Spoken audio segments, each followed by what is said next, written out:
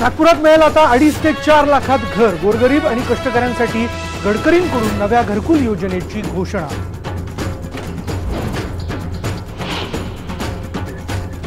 तृप्ती देसाई हाजी अली दर्ग्यात आल्या तर चपलेने मारू, शिवसेना नेते हाजी अराफत शेख यांचं पत्रकात विधान।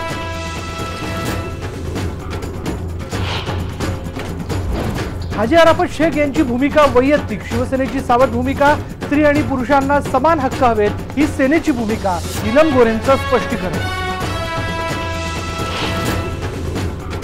प्रत्युषा बॅनर्जी आत्महत्या प्रकरणी मोठा खुलासा। आत्महत्येपूर्वी प्रत्युषाने केलं होतं अतिमद्यपान, दारू प्यायल्यामुळे मानसिक स्थिती बिघडल्याची शक्यता।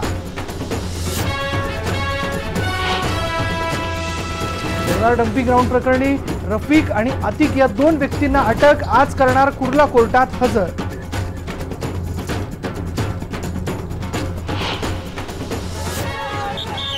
पंकजा मुंडे नव्या वादात, साताऱ्यात समर्थकांनाच हटवण्यासाठी हाती घेतली पोलिसांची काठी।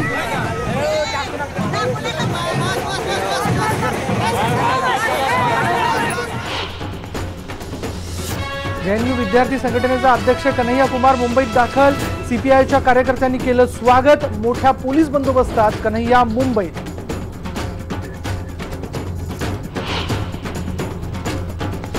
सरकारी नोकरीच्या कमाल वयोमर्यादेत तब्बल 5 वर्षांनी वाढ। खुल्या प्रवर्गासाठीची वयोमर्यादा 38 वर्षांपर्यंत तर मागासवर्गीयांसाठीची वयोमर्यादा थेट 43 वर्षांपर्यंत वाढवली।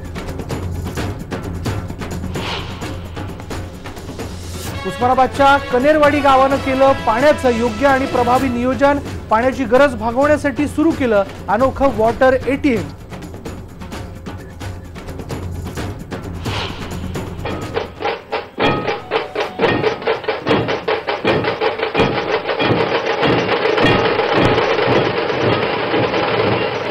आणि कोल्हापुरात उत्साहात पार पडला अंबाबाईचा रथोत्सवाला भाविकांनी केली गर्दी।